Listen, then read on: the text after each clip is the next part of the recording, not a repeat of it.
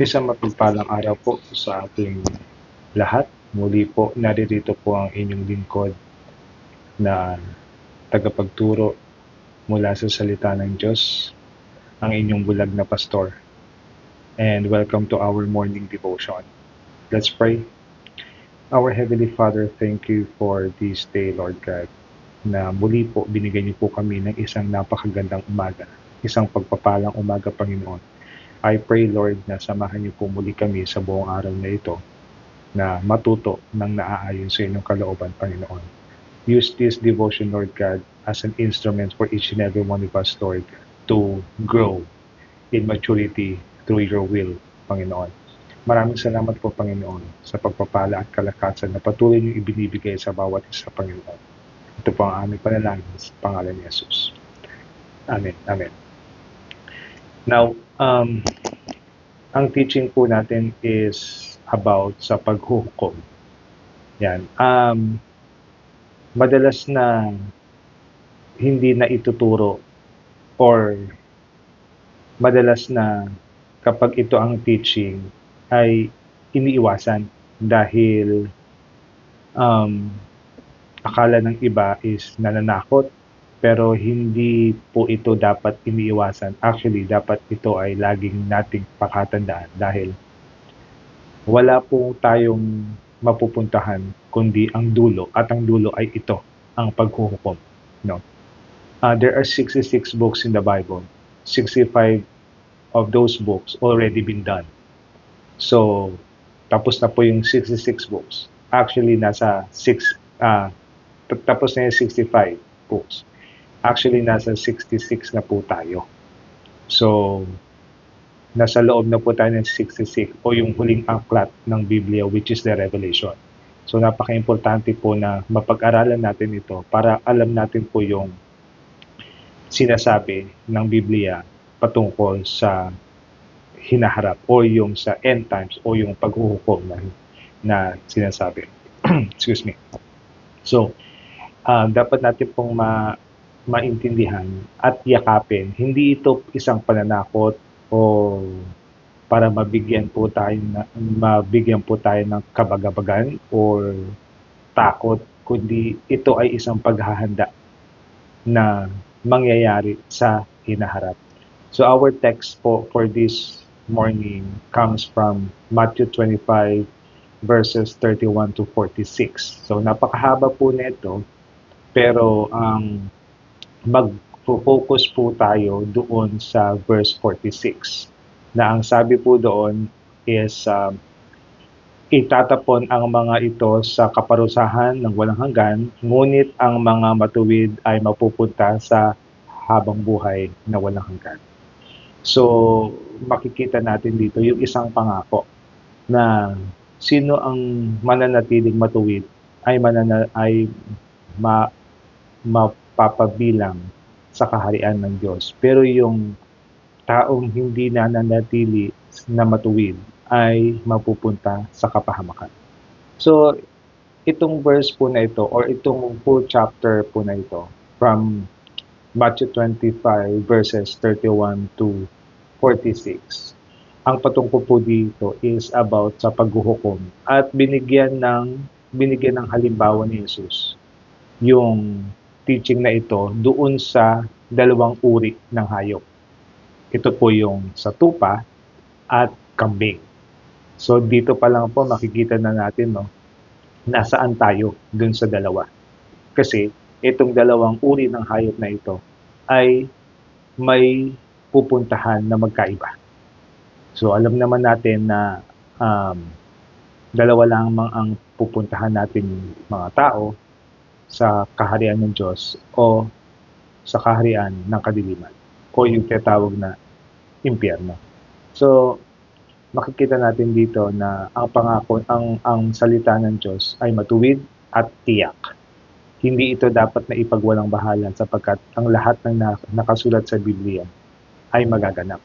Katulad ng sinabi ko kanina, there are 66 books in the Bible. 65 tapos na po. Tayo ay nasa panghuling aklat na ng Biblia, which is the Revelation or paghahayag. So, makikita natin po dito sa teaching na to, sa buong kwento na to, from 31, verses 31 to 46, ang magiging bunga ng dalawang klase ng hayop na tinutukoy dito, which is yung tupa at yung kambing. So, again, siyasatin po natin base sa mga verses nating pagdadaanan kung nasaan tayo dito sa dalawang uri ng hayop na ito. So, ang teaching po natin, number 1 is babalik si Jesus. Okay? Sigurado yon na babalik si Jesus. Kaya napakalinaw ng verse 31 and 32 na datapwat pagparito ng anak ng tao na nasa kanyang kaluwalhatian, nakasama ang lahat ng anghel, kung magkagayoy, luluklok siya sa luklukan ng kanyang kaluwalhatian. So, tiyak ang pagdating ni Jesus. Hindi ito isang parang kwento lang na hindi natin dapat pansinin. So, mapaparito siya sa huling pagkakataon o yung sinasabi natin second coming. Then ano po ang gagawin niya? So, ang gagawin niya is ay ititipon niya sa harap niya ang mga bansa at sila'y bubuklod-buklutin na gaya ng pagbubuklod ng isang pastor sa isang tupa at isang kambing. So, pagbubuklod-buklodin niya yung mga hayop kagaya ng pagbubukod sa tupa at sa kambing. So, ibig sabihin, ang tupa ay hindi maisasama sa kambing at ang kambing ay hindi maisasama sa tupa. So, magkahiwalay yan. Yan ang gagawin ni Jesus sa pagkabalik niya sa second coming. So, kaya napaka-importante na makita natin kung nasaan tayo dun sa dalawang hayop na ito. Kasi again, katulad nga sinabi ko kanina, makikita natin sa mga verses na pagdadaanan natin kung ano yung bunga ng makukuha ng isang tupa at ng isang kambing. Kaya, malinaw ang sinasabi sa 2 Timothy 4 verse 1 na ipinagbibilin ko sa inyo sa paningin ng Diyos at ni Kristo Jesus na siyang huhukom sa mga buhay at mga patay sa pamamagitan ng kanyang pagpapakita sa kanyang kaharian. So, ibig sabihin, ang pagdating ni Jesus ay hindi lamang para sa mga taong buhay. Ang pagdating ni Jesus ay para sa taong buhay at sa mga patay. So, ibig sabihin, ang lahat ng tao, patay man o buhay, ay huhusgahan base sa kanyang mga ginawa. So, makikita natin dito, wala tayong ligtas. Lahat ng ginawa natin is being recorded. Recorded po ang mga ginawa natin simula sa pinakamaliit hanggang sa pinakamalaki nating ginawa. Good or bad. Masama man to ito o hindi. Recorded yan sa Biblia. And that is the book of life. Nakasulat yan sa lahat, sa isang libro na kung ano yung mga ginawa natin sa libutan. Now, ang lahat naman po ay nakakita na ng lapida. Tama. Yung lapida na inilalagay sa puntod ng isang patay. So, meron doon isang portion sa lapida yung year of birth and year of death. No? Pero ang pinaka-importante doon, hindi yung year of birth and hindi yung year of death. Ang pinaka-importante doon is yung dash, yung nasa gitna. Di ba merong dash na nasa gitna? Year of birth, dash, year of death. Ang pinaka-importante doon yung dash. Why? Kasi ito yung nagpapakita kung ano yung ginawa mo sa sanlibutan. Ano yung klaseng pamumuhay na meron ka nung nabubuhay ka. At bilang isang Kristiyano, pwede natin itong i-translate or ilapat. Pwede natin itong ilapat. Yung year of birth is the year of birth kung kailan ka naging Kristiyano. Kung kailan ka ipinanganak sa Espiritu. Lahat tayo ay ipinanganak sa laman. Pero hindi nananatili dapat doon. Kasi ang bawat isa, sabi sa Bible, sabi ni Jesus, ang bawat isa ay dapat ipanganak sa espiritu at sa tubig. So, yung year of birth na nandun sa lapida ay pwede nating gawing year of birth ng ating espiritu. And the year of death, yun yung ating kamatayan, no? Pero again, ang pinaka-importante dun yung dash. Yung dash kasi yun yung magpapakilala kung anong klaseng Kristiyano ka, kung ano yung ginawa mo habang nananatili kang buhay bilang isang Kristiyano. So, yun, no? Makikita natin, number 1, na tiyak ang pagbabalik ni Jesus at ang lahat ay huhusgahan base sa kanilang ginawa, masama man ito o hindi. Then, number 2, 2 points. Pangalawang teaching natin is ihihiwalay ng Diyos ang kambing sa tupa. So, ang sinasabi po sa Matthew 25 verse 33 ay at ilalagay niya ang mga tupa sa kanan-kanan at ang mga kambing ay sa kanyang kaliwa. So, anong ibig sabihin po ito? Na ang mga tupa o yung mga nasa kanan ay siyang ligtas. Okay? At ang inilagay niya doon sa kanyang kanan ay ang mga tupa. So, kung ang tupa ay nasa kanan, walang ibang pwesto ang kambing kundi nasa kaliwa. At ang kaliwa, yun ang ibig sabihin ng hindi ligtas. So, dito pa lang, siguro naman, pwede nating pag-aralan ng ating mga sarili kung ano mga pa tayo, tupa o kambing. Kasi kung ano ka, yun ang mag-define kung saan ka pupunta. Okay? Ang buhay natin sa sanlibutan ay hindi tiyak. Lahat po tayo mamamatay, no? Lahat po tayo mamamatay, walang matitira sa sanlibutan. So, whichever comes first, ano man ang mauna, the end of your life on the end of this world, what matter is you know where you going to.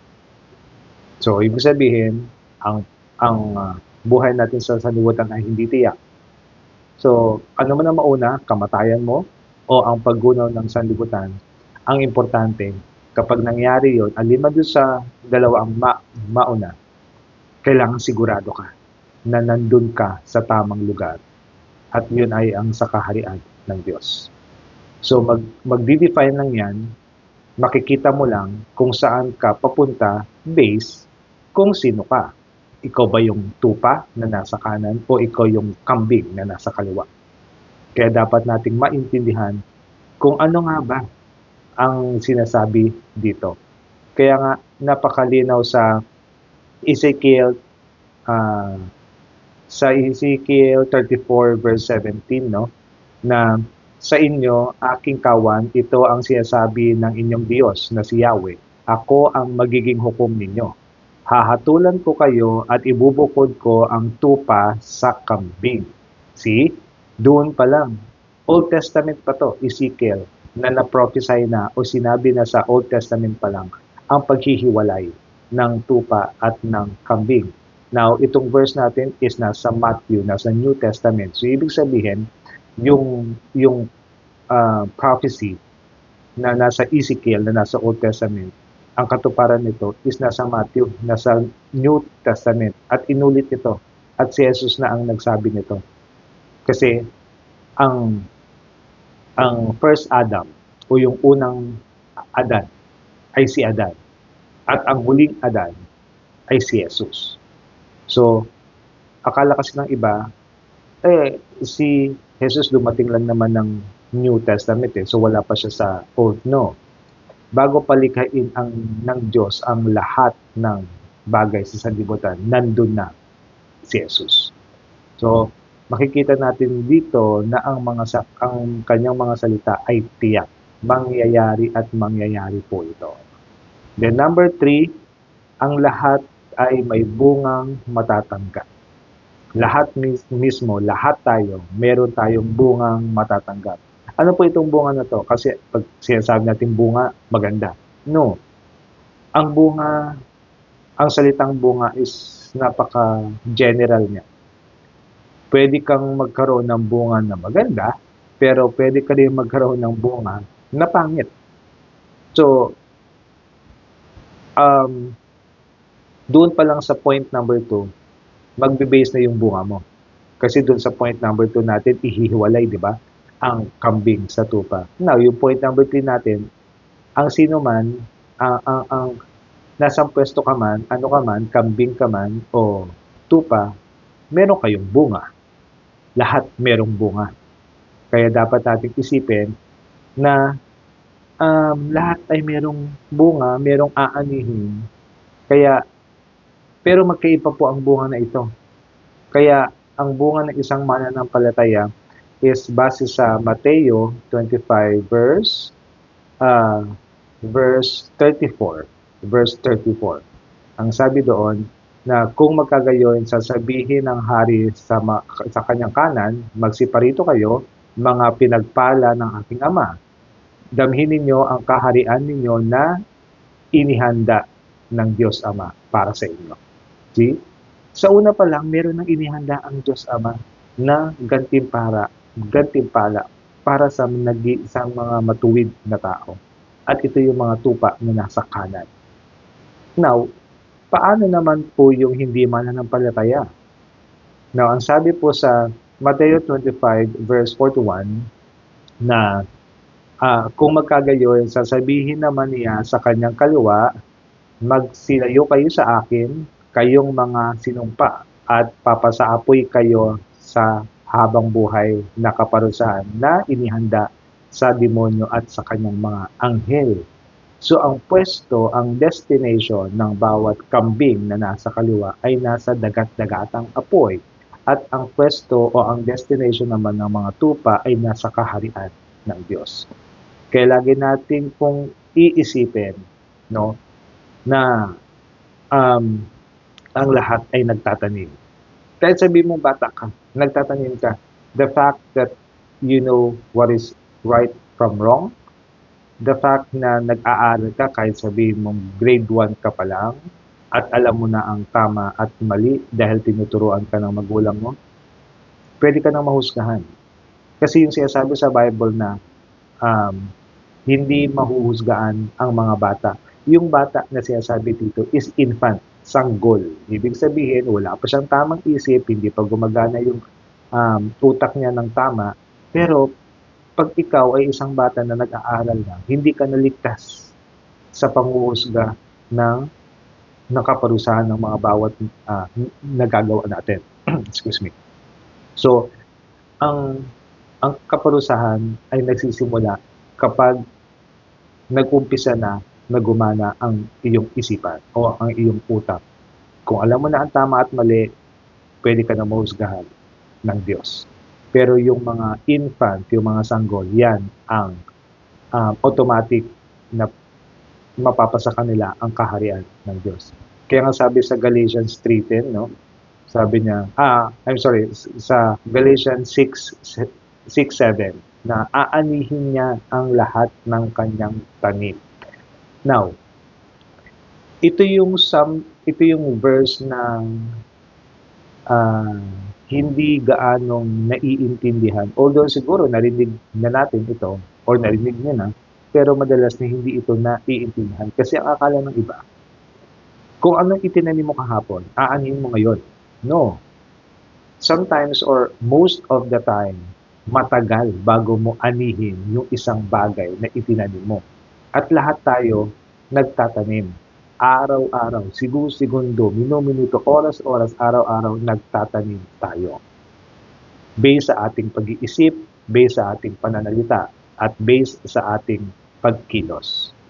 Lahat tayo nagtatanim. Aware man tayo o hindi, lahat tayo nagtatanim. So, kung ano yung tanim mo ngayon, aanihin mo yan. Kung ano yung tanim mo kahapon, aanihin mo yan. At hindi mo malalaman kung kailan mo aanihin yun. Ang Diyos lang ang nakakaalam kung kailan mo aanihin yung tanim mo. Kaya nga marami nagsasabi sa mga tao kapag dumadaan sa hindi magagandang bagay. Ang lagi nilang statement, lagi nilang sinasabi, ba't nagkaganito? Wala naman akong ginagawang masama, pero bakit nangyayari sa akin to? Ah, hindi kasi nila nakikita o hindi kasi nila alam kung saan nanggagaling yung ani nila based dun sa tanim. Kasi wala nga nagsasabi na, oh, itong ani mo ngayon is based sa ganitong araw, ganitong oras na pagtanim mo. Walang ganun sa Biblia. Basta ang sinabi sa Biblia, Galatians 6:7, ang lahat ng tanim ay aanihin. Good or bad. Kung ano ang tanim mo, kung maganda ang tanim mo, syempre, ang ani mo, maganda. Same thing, kung pangit ang tanim mo, maganda naman ang pangit naman ang bunga mo. So, hindi pwedeng nagtanim ka ng buto ng santol, ang pumuno, mangga. No. Liban na lang, matagal nang may nakatanim na buto ng mangga doon, kaya siya tumubo. Pero hindi ibig sabihin na magbabago ang bunga mo base sa tanim mo. No. Kung ano ang tanim, siya ang iyong bunga. Kaya, ah, sa sa tatlong po ito, no, number one, lagi natin isipin na ang Diyos ay tiyak na babalik. Pangalawa, sa kanya pagbabalik, ibubukod-bukod niya ang tupa sa kambing. Meaning to say, ilalagay niya yung tupa sa kanyang kanan at ang mga kambing sa kaliwa. At pangatlo is ang tupa at ang kambing tiyak ang makukuha nila yung bunga na meron sila. Now, punta po tayo sa application. Ano pong gagawin natin? Paano natin ipamumuhay ang isang bagay? Siguro naman wala namang magsasabi kapag nagtanong ako na anong gusto mo? O, nasaan ka ba dito? Tupa o kambing? Siyempre lahat po tayo sasabihin na ay ako sa tupa ako. Kasi wala namang tao na gustong mapabilang sa impyerno, no? Pero ito po yung application natin for this day.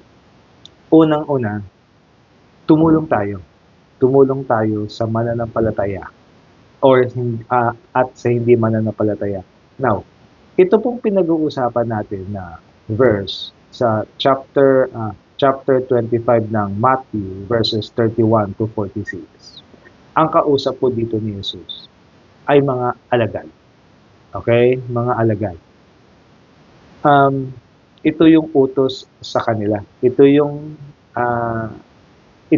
tinuturo ni Jesus sa kanila patungkol sa paghuhukom. Na ipiniliwanag ni Jesus yung makukuha ng isang tupa at makukuha ng isang kambing. So itong teaching na ito hindi po ito para sa lahat. Okay? Ang teaching na ito is para sa mga Christian. Bakit ko po nasabi? It's like this. Sinabi po ni Jesus itong turo na ito o itinuro po ni Jesus ang katuroan na ito para sa mga Kristiyano kasi para gawin yung obligasyon ng bawat Kristiyano na maging matulungin sa kapwa. Mananampalataya ka man o hindi. Pero ang sinasabi dito ni Jesus, tumulong ka sa mananampalataya, sa kapwa mo mananampalataya. Kasi,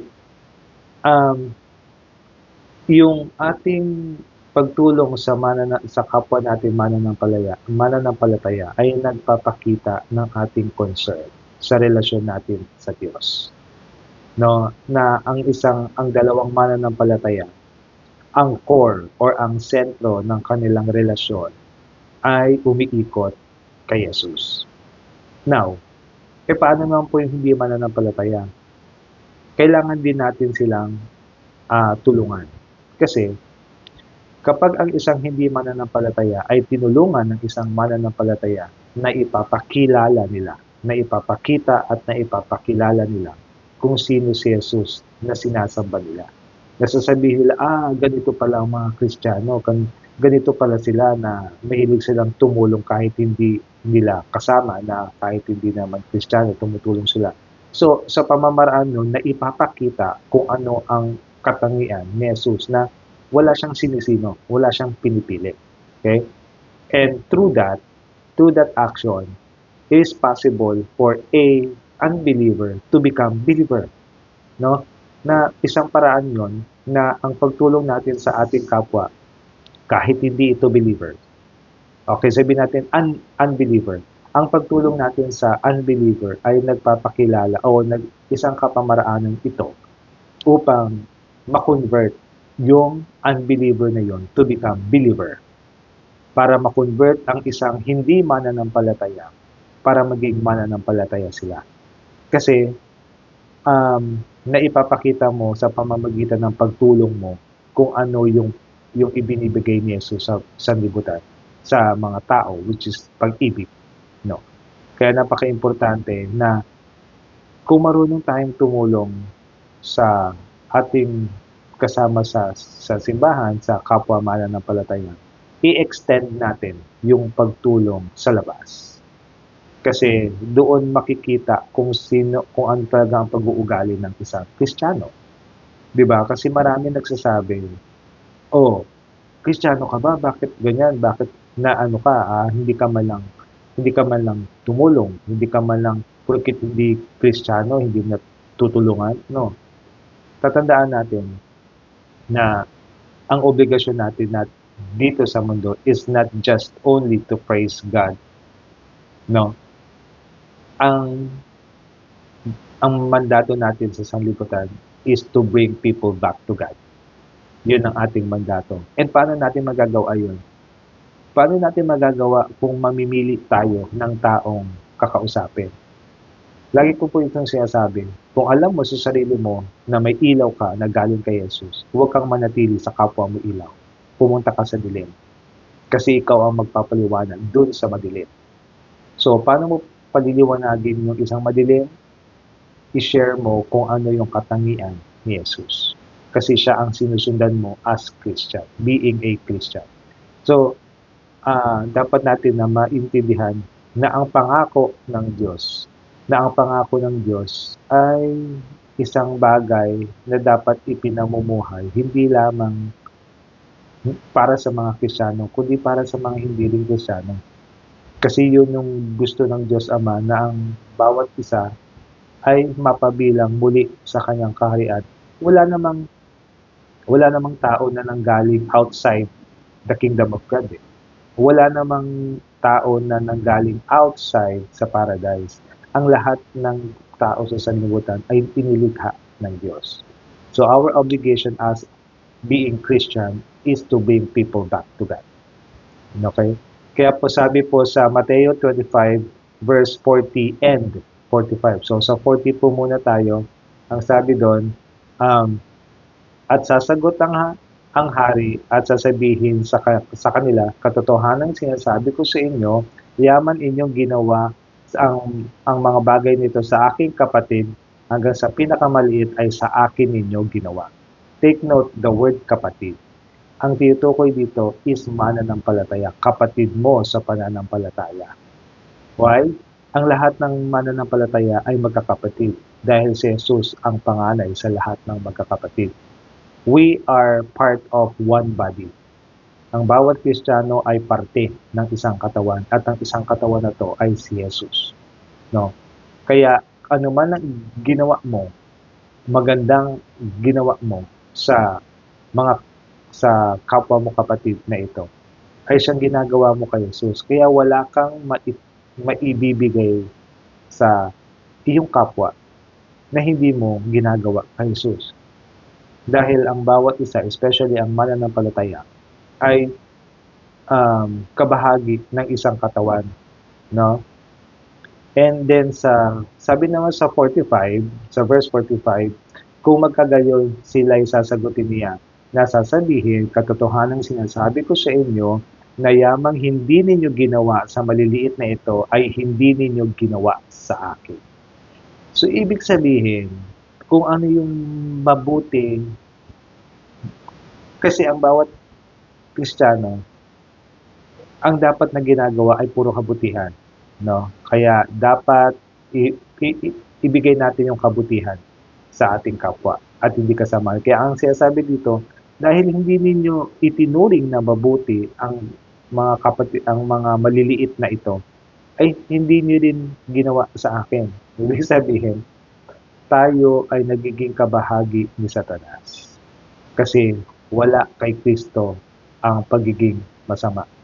So kung hindi natin tinuturing ang maliliit na ito, yung maliliit, ibig sabihin hindi Kristiyano, kung hindi niyo sila minamahal, hindi rin natin minamahal si Jesus. So, dapat nating maintindihan na ang utos ng Diyos ay hindi lang para sa mananampalataya, kundi para sa lahat ng tao. Okay?